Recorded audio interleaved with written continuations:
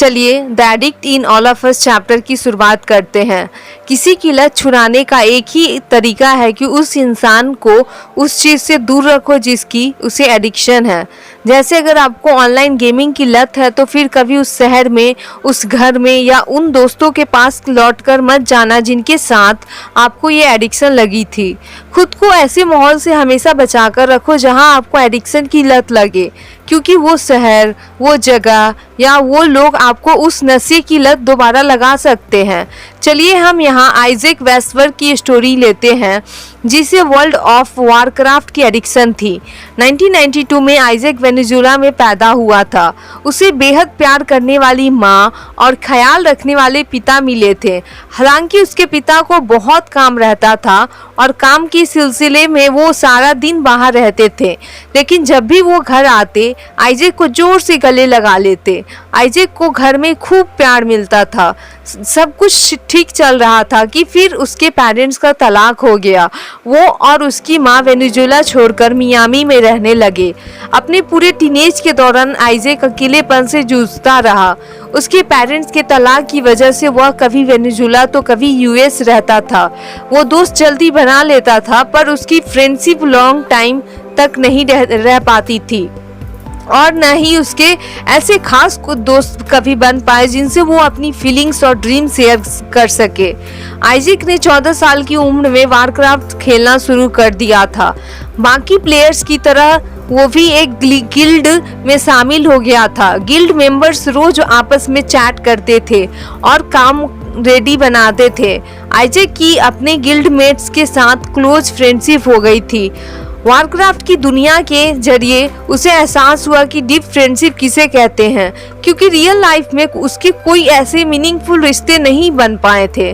फिर उसे Washington DC की अमेरिकन यूनिवर्सिटी में एडमिशन मिल गया। उसका पहला सेमेस्टर अच्छा गुजरा। वह टेस्ट ए स्टूडेंट था, लेकिन सेकेंड सेमेस्टर में आइजैक काफ़ी स्ट्रेस में रहने लगा था।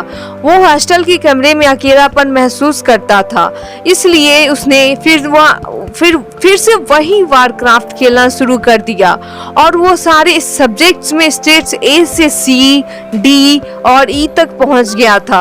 आइजैक की मां ने उसका एडमिशन रीस्टार्ट में करवा दिया। ये दुनिया का पहला इंटरनेट एडिक्शन ट्रीटमेंट सेंटर है। रीस्टार्ट उन टीनेजर्स का ट्रीटमेंट करता है जो ऑनलाइन गेमिंग एडिक्ट है।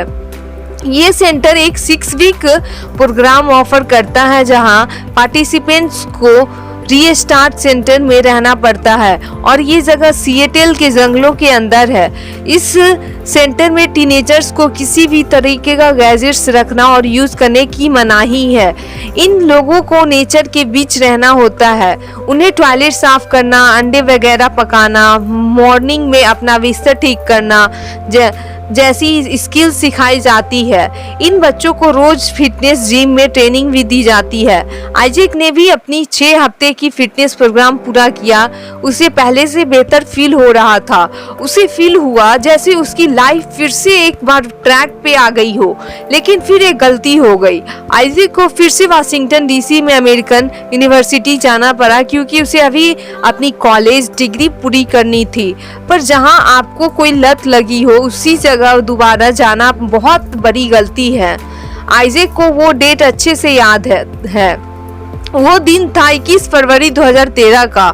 बस इतना हुआ था कि उसे अपने एक वारक्राफ्ट गिल्ड के फ्रेंड का मैसेज मिला। आइजैक कॉन्फिडेंट था। उसे भरोसा था कि वो गेमिंग एडिक्शन से पूरी तरीके से रिकवर कर चुका है, इसलिए वो अब दोबारा इसका शिकार नहीं बन सकता। पर जब उसके फ्रेंड ने उससे पूछा कि क्या वह एक छोटे से वारक्राफ्ट सेशन ज्वाइन करना चाहेगा, तो वह एक आइजैक मना ही नहीं कर पाया।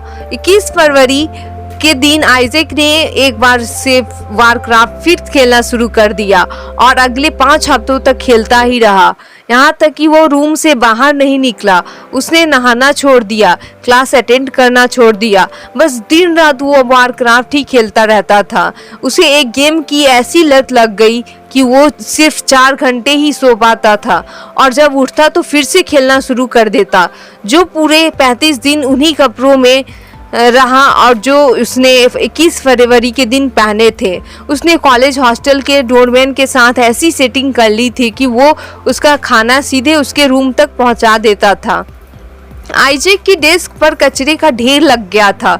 उसके मोबाइल पर 142 कॉल आए थे, लेकिन उसने एक का भी रिप्लाई नहीं किया।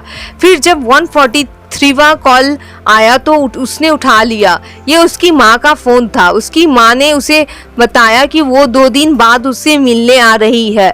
तब जाकर आइजैक ने फाइनली गेम खेलना छोड़ दिया और अपनी हालात देखी तो हैरान रह गया। वो 1 महीने से वही कपड़ा पहने था। खाने पीने का खाली पैकेट से उसका पूरा रूम भर गया था। उसके बालों में गंध भर गए थे मानो की, और वो काफी मोटा हो गया था। खुद को शीशे में देखकर उसे एहसास हुआ कि सारा दिन रूम में बैठकर गेम खेलने से उसका वजन 60 पाउंड तक बढ़ गया है। उसकी माँ उससे मिलने आई तो आइजैक रो पड़ा। उसने अपनी गलती कबूल कर ली थी। उन्होंने मिलकर डिसाइड किया कि उसे एक बार फिर से रीस्टार्ट करना चाहिए जिससे कि उसकी फिर से हालत ये ठीक हो सके। इस बार उसने 6 वीक इन पेशेंट प्रोग्राम और उसके बाद 7 महीने का आउट पेशेंट प्रोग्राम करने का फैसला लिया। आइजैक फिर हमेशा के लिए सिएटल में रह गया और कभी लौटकर वाशिंगटन डीसी नहीं गया। 6 वीक पेशेंट प्रोग्राम के बाद आइजैक रीस्टार्ट सेंटर के पास ही रहने लगा था। उसके एक पार्ट टाइम जॉब मिल गई थी जिसे वो बहुत ही खुश रहता था। फिर कुछ महीने बाद उसके एक फिटनेस जिम में मैनेजर की जॉब मिल गई। उस जिम के मालिक ने जब जिम बेचने का फैसला किया तो आइजैक ने उनसे वो जिम खरीद लिया। सिर्फ 4 महीने बाद ही उसके मैनेजमेंट के अंडर जिम की मेंबरशिप 3 गुना बढ़ गई थी।